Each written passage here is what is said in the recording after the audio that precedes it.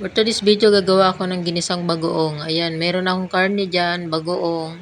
Tapos meron akong luya, bawang, sibuyas, kamatis, at saka sili. Ayan, umpisa na tayo. Naglagay na ako ng oil. Ayan, tapos lalagay ko na yung bawang. Ay, luya muna. Nilagay ko muna yung luya para matusta na. Yan. Tapos maglalagay ako ng bawang.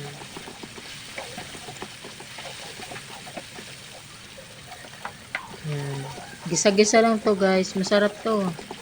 Lalo na kung may manggang hilaw.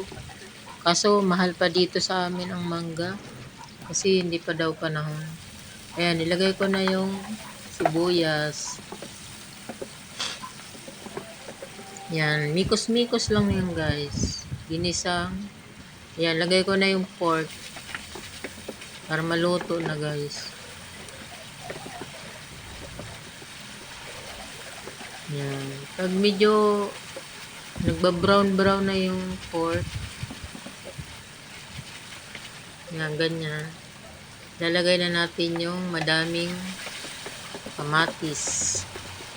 Yan. Antayin lang natin siyang lumambot yung kamatis. Pisain natin siya guys. Para mabilis siyang maluto. Madurog. Yan, ganyan guys. Pisain lang natin. Durug-durugin natin guys. Yan. Pinigaan ko pala muna yung guys. Inugasan ko yung bagoong para hindi masyado maalat. Yan. Yan, ganyan. Malapit na siya guys. Ilagay na natin yung bagoong. Yan.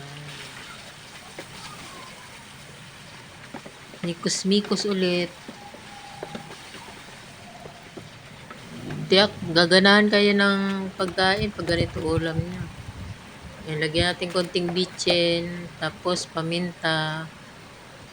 Yan, para may lasa. Yan.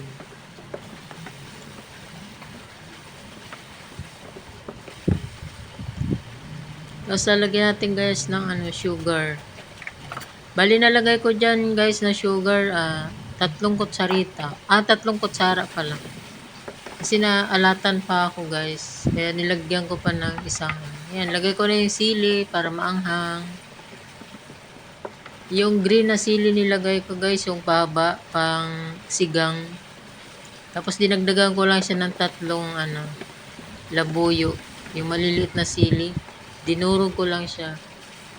Para maano talaga siya maanghang.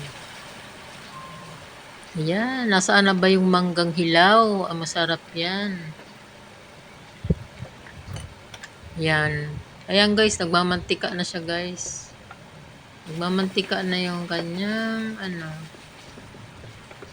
oil na. Ayan guys, malapit na to guys maluto. Thank you for watching guys. Please follow and share. Thank you.